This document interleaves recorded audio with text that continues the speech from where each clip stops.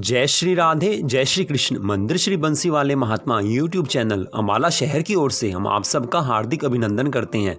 जैसा कि आप सभी जानते हैं कि श्राद्ध पक्ष अब लगभग समाप्त हो चुका है और अब इसके बाद नवरात्रे, इस बार श्राद्धों के साथ में नवरात्रे नहीं है, क्योंकि श्राद्ध और नवरात्रों के बीच इस बार अधिक मास आ रहा है। अधिक मास को हम मल मास के नाम से भी जानते हैं और पुरुषोत्तम मास के नाम से भी जानते हैं। श्राद्ध और नवरात्रों के बीच इस बार 1 महीने का अंतर आ रहा है। वो 1 महीना पुरुषोत्तम मास का है, या आप कह सकते हैं कि अधिक मास का है या मल मास का है।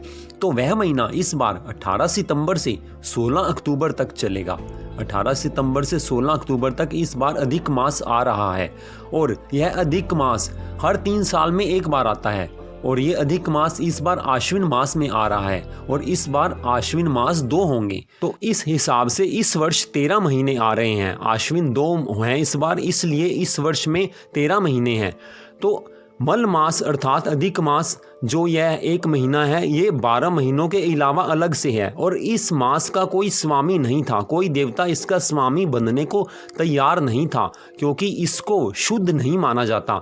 तो सभी देवी देवता भगवान श्री हरि विष्णु जी के पास गए और उनको कहा कि आप कृपया इस मास के स्वामी आप बनिए, क्योंकि कोई भी देवता इस मास का स्वामी बनने को तैयार नहीं है। क्योंकि सभी देवी देवताओं की प्रार्थना पर भगवान श्री हरि विष्णु इस मास के स्वामी बने थे। पहले इस मास को अधिक मास के नाम से जाना जाता था, मल मास के नाम से जाना जाता था, लेकिन जब से श्री हरि विष्णु भगवान जी इस मास के स्वामी हुए, तब से इसको पुरुषोत्तम मास के नाम से जाना जाने लगा।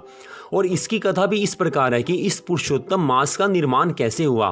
पूर्व काल में हिरण्यकशिपु दैत्य सभी देवी देवताओं को कष्ट दे रहा था। उसने श्री ब्रह्मा जी की उपासना की, तो ब्रह्मा जी ने उसको दर्शन दिए और उसने ब्रह्मा जी से वरदान में मांगा कि मैं ना दिन में मरूं, ना रात में मरूं, ना घर के भीतर मरूं, ना बाहर मरूं, और ना आपके किसी बनाए हुए किसी जीव के द्वारा मेरी मृत्यु हो। और साथ ही उसने यह भी मांगा कि आपके द्वारा बनाए हुए 12 महीनों में भी मेरी मृत्यु ना हो।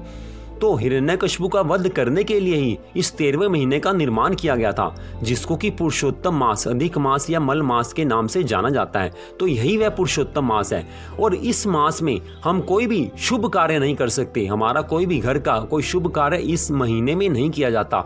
जैसे कि हम अपने घर का मुहूर्त इस मास में नहीं कर सकते, किसी दुकान का मुहूर्त नहीं कर सकते, किसी दफ्तर का मुहूर्त नहीं कर सकते, विवाह इस मास में नहीं किया जाता, मुंडन संस्कार इस मास में नहीं किया जाता। अर्थात कोई भी शुभ काम, हमारा कोई भी संसारिक शुभ काम इस महीने में नहीं किया जा सकता।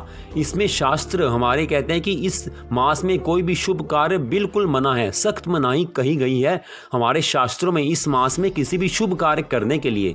लेकिन इस मास में अगर हम पूजा पाठ करते हैं, कथा सुनते हैं, सत्संग सुनते हैं, वेद पुराण का पाठ करते हैं, वेद शास्त्रों का पाठ करते हैं, तो उसका 10 गुना ज्यादा फल कहा गया है। पुरुषोत्तम मास होने के कारण भगवान श्री हरि विष्णु इस मास के स्वामी हैं। तो भगवान के निमित्त अगर हम कोई शुभ काम, भगवान के लिए कोई शुभ काम करते हैं, अर्थात भगवत भक्ति के लिए कोई शुभ काम करते हैं, भक्ति को बढ़ाने के लिए पूजा पाठ करते हैं, हम भगवान की कथा सुनते हैं, उसमें भी श्रीमद् भागवत की कथा सुनना, शिव महापुराण की कथा सुनना, या 18 पुराणों में से किसी भी पुराण की कथा हम अगर सुनते हैं, कथा सत्संग सुनते हैं, कोई गीता शास्त्र का पाठ करते हैं, या कोई और भी हम शुभ काम करते हैं, अर्थात भगवान के निमित्त हम कोई कार्य करते हैं, तो इस मास में उस कार्य का हमें 10 गुना ज्यादा फल मिलता है। कोई भी अगर हम अच्छा काम करते हैं भगवान के लिए, तो 10 गुना ज्यादा फल हमें मिलता है।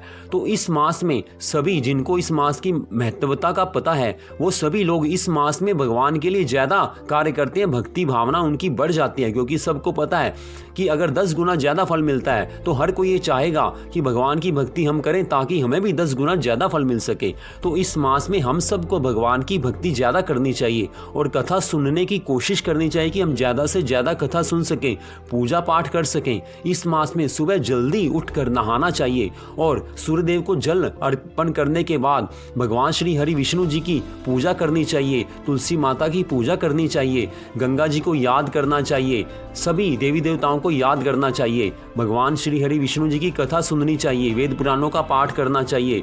गौ माता को प्रतिदिन हम गाय ग्रास दे सकते हैं, उनके लिए एक रोटी बनानी चाहिए गाय माता के लिए। तो जो भी हम धर्म कर्म का काम इस महीने करते हैं, दान पुण्य करना चाहिए। तो सभी शुभ काम जो भगवान के निमित्त है, अगर हम इस महीने में करते हैं तो हमें इसका 10 गुना ज़्यादा फल मिलता है। तो हम सबको इस महीने में ज़्यादा से ज़्यादा धर्म का काम करना चाहिए, क्योंकि अगर हम धर्म का पालन करते हैं तो भगवान श्री हरि विष्णु जी की कृपा से, भगवान श्री कृष्ण जी की कृपा से हमारे जीवन में सुख, शांति और आनंद आता है। हमारे घर में खुशियाँ आती हैं, और जब घर में खुशियाँ आती हैं तभी तो इंसान की ज़िंदगी संसारिक तरीके से सफल होती है। क्योंकि अगर हमारे घर में खुशियाँ होंगी तो हम सब खुश होंगे, और खुश होंगे तभी हम भगवान की भक्ति ज़्यादा कर पाएंगे। तो इस महीने में भगवान की कथा, सत्संग सुनना ये विशेष रूप से आवश्यक है, और इन कामों को ज़्यादा से ज़्यादा करना चाहिए। तो यह सारी कथा पुरुषोत्तम मास की ही है।